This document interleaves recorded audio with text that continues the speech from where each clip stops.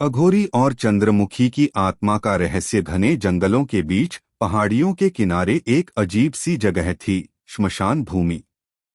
ये श्मशान केवल मरे हुए शरीरों को जलाने की जगह नहीं थी, बल्कि इसे रहस्यमयी और भयानक घटनाओं का केंद्र भी माना जाता था। यह जगह दिन में भी इतनी डरावनी थी कि वहां जाने से लोग डरते थे। वहीं रात के अंधेरे में ये जगह असली आतंक का रूप धारण कर लेती थी। गांव के बुजुर्गों का कहना था कि इस श्मशान भूमि पर एक अघोरी साधु तपस्या किया करता था, और वो अघोरी किसी साधारण व्यक्ति की तरह नहीं था। उसकी शक्तियां इतनी भयावह थीं कि वो मरे हुए शरीरों से बात कर सकता था। वह अपनी तपस्या से आत्माओं को बुलाकर उनसे संवाद करता था। लेकिन उसकी कहानी का सबसे भयानक हिस्सा था चंद्रमुखी की आत्मा। चंद्रमुखी गांव की सबसे सुंदर और रहस्यमयी लड़की थी। उसकी सुंदरता के चर्चे चारों ओर थे। उसकी आंखों में एक अद्भुत आकर्षण था, लेकिन उसके चेहरे पर छिपे हुए डर को कोई नहीं समझ पाता था। लोग उसे लेकर तरह तरह की बातें करते थे। कोई कहता कि वह जादूगरनी है, कोई उसे चुड़ैल मानता।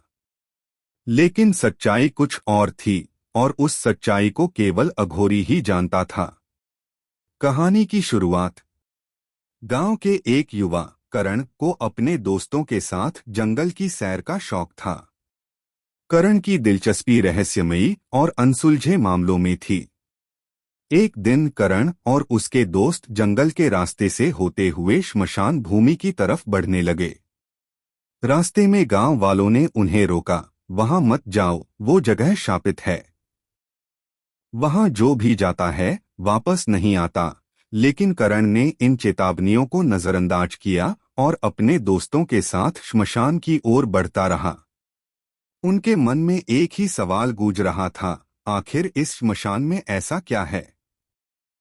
जैसे ही वे श्मशान पहुंचे, उन्हें वहां अजीब सी आवाजें सुनाई देने लगीं। चारों ओर धुंधलका था और हवा में एक अजीब सी गंध फैली हुई थी। करण ने महसूस किया कि वहां की हवा में कुछ अलौकिक था। तभी अचानक उसके दोस्तों ने एक चीख सुनी। चीख एक औरत की थी। सब लोग डर के मारे कांपने लगे, लेकिन करण ने अपने दिल को मजबूत किया और उस दिशा में बढ़ने लगा जहां से आवाज आई थी। जंगल के उस कोने में एक पुराना मंदिर था, जिसे सालों से बंद माना जाता था। करण ने देखा कि मंदिर के दरवाजे पर किसी ने लाल सिंदूर से निशान बनाए थे और चारों ओर हड्डियों का ढेर था। तभी अचानक उसकी नजर मंदिर के पास एक पुरानी पर छवि में सुंदर स्त्री पर पड़ी। वह चंद्रमुखी थी। उसकी आंखें धुंधली थीं और चेहरे पर एक अजीब सी उदासी थी। रहस्यमय घटना का खुलासा। चंद्रमुखी की आत्मा का अघोरी से एक गहरा संबंध था।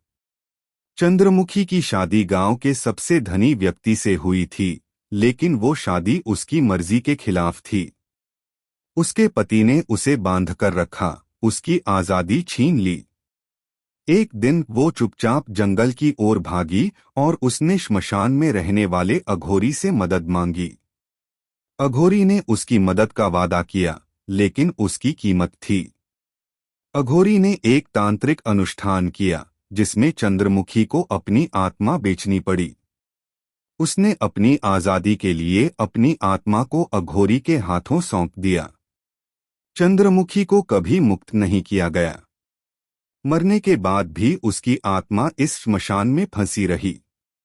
इस रहस्य को सुनकर करण की रूह कांप उठी।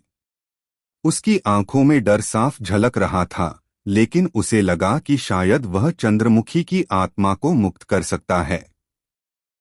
करण ने ठान लिया कि वह अघोरी के इस आतंक को खत्म करेगा। अघोरी का सामना और संघर्ष। अघोरी के सामने करण खड़ा हो गया। उसका दिल तेजी से धड़क रहा था। अघोरी ने अपनी जटाओं को हिलाते हुए करण से कहा, तू नहीं जानता इस आत्मा की शक्ति कितनी है। चंद्रमुखी अब केवल मेरी नहीं है, वह अब मेरे तंत्र का हिस्सा है।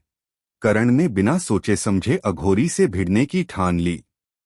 उसने अघोरी से कहा, तूने इस आत्मा को कैद किया है, लेकिन अब मैं इसे मुक्त करूंगा। अघोरी ने जोर से हंसी उड़ाई। तू कौन होता है इसे मुक्त करने वाला? ये आत्मा तंत्र के बंधन में है और इस बंधन को तोड़ना असंभव है। लेकिन करण को चंद्रमुखी की आत्मा ने कुछ संकेत दिए थे। उसने करण को बताया था कि उसकी मुक्ति का एकमात्र तरीका है कि वो अघोरी की शक्ति का स्रोत ढूंढे और उसे नष्ट कर दे। करण ने अपनी पूरी ताकत लगाकर अघोरी के चारों ओर घूमी हुई हड्डियों और तंत्र मंत्र के चक्र को तोड़ने की कोशिश की। चमत्कारी अंत अघोरी ने अपनी सारी शक्ति का उपयोग किया, लेकिन करण अपने दृढ़ संकल्प से पीछे नहीं हटा। अघोरी ने आखिरी बार अपना तांत्रिक मंत्र पढ़ा और तभी कुछ अद्भुत हुआ। चंद्रमुखी की आत्मा ने करण को अपनी ऊर्जा दी। करण ने जैसे ही अघोरी की शक्ति का स्रोत नष्ट किया, चारों ओर एक जोरदार धमाका हुआ।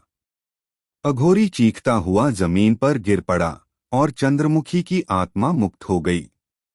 उसका चेहरा अब शांत था और उसकी आंखों में सुकून था। करण ने देखा कि चंद्रमुखी की आत्मा आकाश में विलीन हो रही थी और उसके साथ अघोरी का भी अंत हो गया। यह चमत्कारी अंत करण के लिए एक नई शुरुआत थी। उसने समझ लिया कि हर रहस्य के पीछे एक सच्चाई छिपी होती है, लेकिन उसे उजागर करने के लिए साहस और दृढ़ता चाहिए होती है। चंद्रमुखी की आत्मा अब स्वतंत्र थी और अघोरी का आतंक हमेशा के लिए समाप्त हो गया था। संक्षिप्त नतीजा, यह कहानी करण के साहस और चंद्रमुखी की आत्मा की मुक्ति की गाथा थी।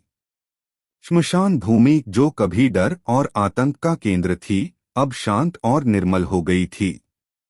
करण ने यह साबित कर दिया कि सच्चाई और न्याय के रास्ते पर चलने वाला कभी हारता नहीं है। कहानी का सस्पेंस हुक। लेकिन जैसे ही करण श्मशान से बाहर निकलने की कोशिश कर रहा था, उसने पीछे मुड़कर देखा। श्मशान के एक कोने में धुंधली परछाई फिर से हिल रही थी। क्या वो चंद्रमुखी की आत्मा थी या कोई और भयानक शक्ति? करण ने वहां से भागने की कोशिश की, लेकिन अब उसे समझ आ गया था कि श्मशान की कहानी अभी खत्म नहीं हुई थी। शायद वो परछाई अब करण की जिंदगी का हिस्सा बनने जा रही थी। अगली कहानी में जानिए क्या करण इस नए रहस्य को सुलझा पाएगा या श्मशान की अज्ञात शक्तियां उसे भी अपने कब्जे में ले लेंगी। इस सस्पेंस से आपकी कहानी को एक रोमांचक मोड़ मिलेगा, जिससे दर्शक अगली कहानी के लिए उत्सुक रहेंगे।